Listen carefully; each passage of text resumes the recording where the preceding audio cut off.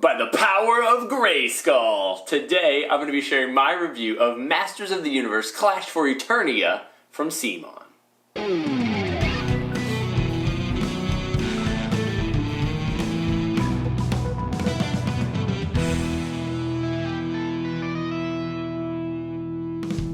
As a child of the 80s, I was super pumped when this review copy showed up on my doorstep, so I do want to give a big thanks to CMON for providing me with this review copy. It brought me all kinds of fuzzy childhood nostalgia. This game was designed by Michael Chanel and Leo Amadea, and is published by CMON and Mattel Games. Now, I do want to admit right out of the gate that I am not a big dudes on a map type of gamer, so take everything I say with a grain of salt in this review. However, I do want to take a look at the game to give you an idea of how it's played, and then I'll absolutely share my opinion on it after that.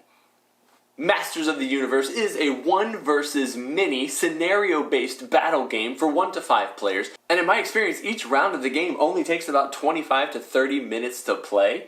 In this game, players will either act as our favorite muscle-bound heroes or as the shady villains, and they'll battle against each other while trying to achieve specific goals based on the chosen scenario. The base gamebook features about 20 of these experiences, and each of them spells out where to place all of the terrain types and markers. It gives any special rules for the game, and it explains escalation triggers and the win conditions for either team. In the game, players will program their turns in alternating order, and when the player that they control is activated, they'll get to collect energy, which can be used to trigger your special abilities in the game. Players can move, use their attacks or special abilities each turn, and any energy that's spent by the group team will get allotted to the single player controller so that he can activate his special abilities during his turn. This makes for some really interesting conservation in the game because you don't want to overspend to take a bunch of actions that you don't necessarily need because you know that you're just buffing up the individual player when it comes to his turn. Any non-NPC players who are KO'd on their turn will respawn the next time their card is activated. And as far as my reading of the rules goes, they don't lose any energy or any of their special abilities, they just have to go back to a spawn point on their next turn. The first team to achieve their mission immediately wins the game and claims the power of Grayskull. Masters of the Universe also features a robust set of solo missions in the game that I have not played, but they look like they're simple and easy to set up and play. All those games do also double as games that you could play with actual characters, which is pretty cool. You don't have to use the AI, you can follow the setup and play them as you would a normal game.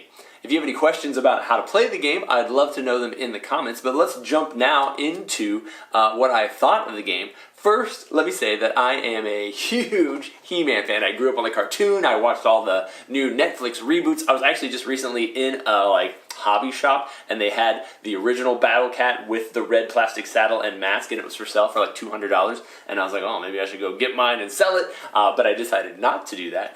I've got the t-shirt. I mean, I'm a big fan of the game, and so when this game came out,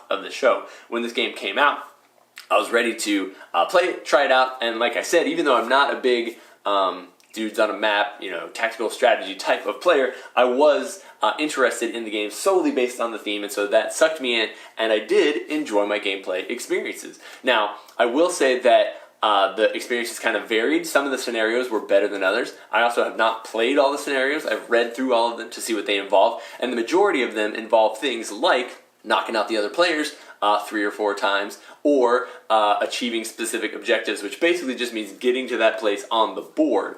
I did really like the variety, though, of character matchups and things like that. The game kind of features 3 different types of game setup, and so in the game you will either be playing like a set, here's the storyline, here's the exact characters that you're going to play, here's where they go out on the board, have at it, achieve the mission. Some of them feature, here's the basic scenario, you pick which characters you want to control. You can either have the controller control all the good guys and then everybody else controls the bad guys, or vice versa. And then the final setup type in the game is where all the players play together cooperatively against the AI in the game, and those missions all also state that if you'd rather have a player play the AI, that's fine, they can take on that role as well. And then the types of missions you'll be doing are things, like I said, knocking out the other players, achieving specific goals, but they've got some interesting terrain setups. Some of them are like the floor is lava, and so there's a lot of the board that you can't touch. You've got to follow specific paths to be able to do it. Some of them feature like holes where you can fall into and your guys die or get KO'd out of the game. One of the neat ones that I really enjoyed playing was a scenario where the king is being escorted. The controller player controls the king and a bunch of minions around him, and they're trying to escort him via robot armed guards to a specific location on the board. The other players all control the bad guys in the game, and they are trying to take out the minions and ultimately the king in order to win. Some of them had like a King of the Mountain type of feel, where it was just like be on these victory point spots at the end of the game, and if your character is alive at the end of each round, they'll score victory points. Lots of different things going on in the game. I was surprised by the fact that I think the box says somewhere, CMON or BGG said that the game's take an hour to play. I mean, an hour is like set up the game, read the scenario, put out all the pieces, play the game, tear it all down, put it away. None of the scenarios that I played took more than like a half hour. I played at 2 and 3 player counts, so maybe if you played 5 players, it could take an hour, I guess. I've talked a little bit about the art. I did very much enjoy it. That was the thing that got me the most excited when I pulled it out of the box. Looking at the instruction manuals, looking at the box art, looking at the minis, it all was great. I mean, it felt right on theme. There weren't any like, this doesn't look right, or what a cheesy illustration this is. I thoroughly loved all the art. I do maybe wish the minis were just a little bit bigger. I don't know, I don't play a ton of mini games. I felt like I wanted He-Man to look cooler than he did at, teeny tiny scale. But otherwise, it was great size-wise. One of the other things I really enjoyed about the game is that all the cards in the game are double-sided, so that when you play them, you either play one side when you are acting as the individual players, or you flip that same card over, rotate it sideways, and then that's what you use if you're the controller player. In the game, the controller has control of at least 3 of the hero or villain characters that they're playing during the game. Their board also features a number of unique abilities that they can do with any of their players and at any time. And as I mentioned earlier, the way they do those is when the group players play an action that requires an energy, that energy transfers from the player immediately to the villain or the other player, the opponent, and that opponent places it into their section of cubes where they can power up their individual actions. When they play their characters, they gain energy for that character just like they would normally. So there can be instances in the game where the other players take a turn, they use some really powerful actions. When they do those, they send all those cubes to the controller player, and then when that happens, the controller player can not only take the player-specific power actions that are on their turn, they can also use any of those bottom powers that are charged up, which can make a really quick power shift in the game. It's really interesting how that happens. I will say that in my gameplays, I ran into a couple situations where it just didn't feel balanced in a couple places. For example, in a 2-player game, the controller player has to cycle between, the 4 different characters that are on the board plus any minions that they're controlling, whereas the main player is using the same hero over and over and over, and so they can hop around pretty quick and achieve a bunch of things on the far side of the board, while the controlling player is like activating the ones on this side and then switch.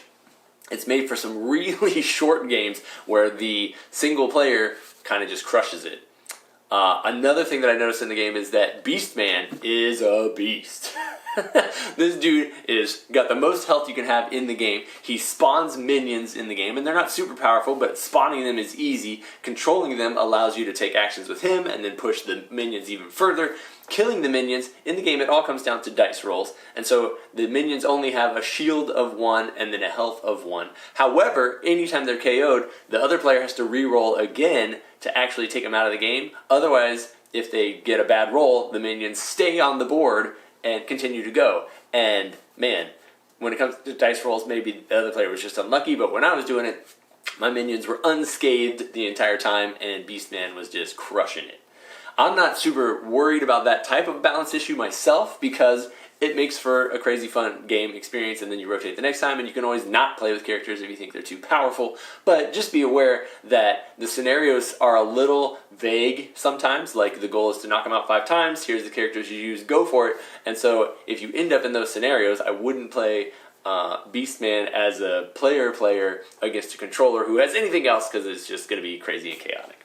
And as I mentioned in the game, these rounds do tend to be pretty short, so it was easy for me to play 1 or 2 scenarios each time I busted out the board. The game does have plenty of replayability because it has all those scenarios that come in the base game. Plus, you can obviously play it however you want. So set up your own scenarios, use whatever good guys and bad guys you want, and you can play it. CMON was also kind enough to send me a bunch of expansion material that I have not even gotten into. It features art and characters from She-Ra. There's a tower defense whole version of the game where you actually have Castle Grayskull and you are trying to tower defend against it. So there's a lot of additional variability in those games.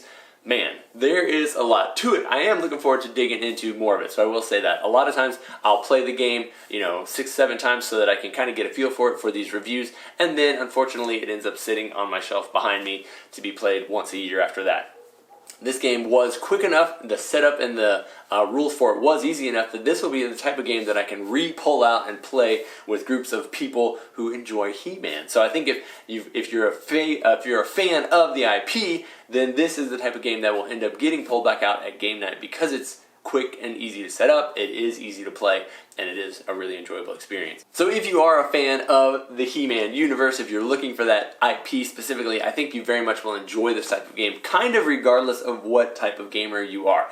It's light and quick enough that as a party gamer or a entry-weight gamer, this is fun to play. There are some scenarios that get a little meatier, and you could beef it up however you'd like, and so if you're looking for dudes on a map and you like all the things with line of sight and close attacks and ranged attacks and all those things, then there's plenty of that in it as well for you. So thank you again to CMON for providing this copy. If you guys are interested, definitely check it out. And then as always, if you have any questions or suggestions, I'd love to have those in the comments. I'd like to interact with you guys and answer those questions. Be sure to subscribe, like, and follow because we'll have more videos just like this coming very soon.